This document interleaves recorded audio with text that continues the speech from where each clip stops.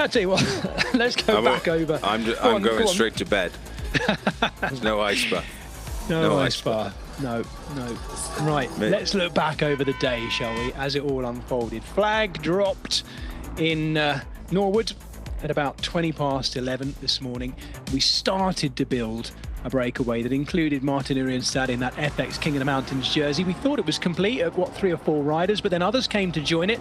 Last of those to join it, Storm Ingebrigtsen, teammate of Martin Urienstad as well. Wasn't able to do quite as much as maybe he'd like to help his teammate and to help things like this not happen. Pepijn Rendering taking the first mountains points in Ashton, it was, ahead of Urienstad. Urienstad still picking up 5 points, but Rendering was starting to look like a persistent threat, and it would go on like that too. The Dutchman for the Belgian Soudal Quick-Step team. 7 riders out front.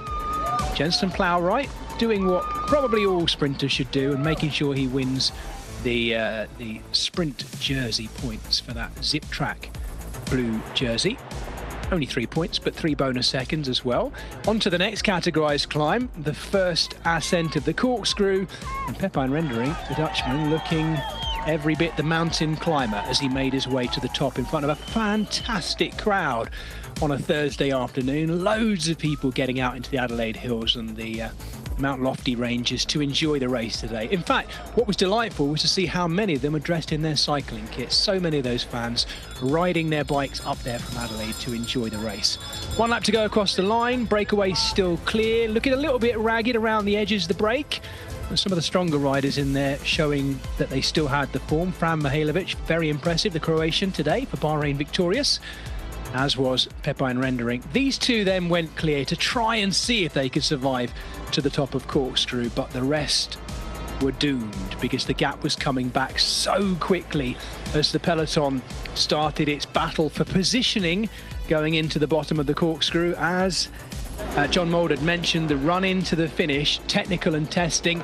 Tobias Lund Andriesson did a turn on the corkscrew and then swung out. And then this moment, we get to see it again. Look at the speed. Look at the turn of speed around the edge. It was off the wheel of Adam Yates as well that Jay Vine went, but a devastating turn of speed, and having the confidence not to look back then as Jonathan Narvaez came up behind him. Narvaez absolutely wringing himself out to stay with Jay Vine, who just kept drilling it, kept driving it all the way.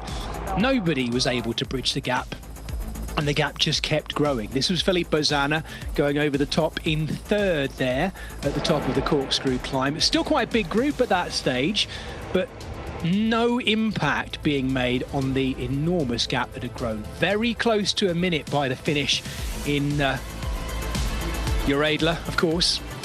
And Jonathan Narvaez sitting up to celebrate. I think he's allowed to do that without getting a yellow card because he's not in a big group. He's not hindering anyone else around him, so he'll be fine with that one. Might have thought about it at the back of his mind though, but Jay Vine celebrating, both of them celebrating. Dominance by the most dominant team in the world. They've started this World Tour season exactly as they've gone through the last few of them as well. That was Mauro Schmidt taking the 3rd place. And we're kind of as we were. I mean, Tadej Pogacar not even racing, John, and yet UAE Team Emirates XRG, the dominant team.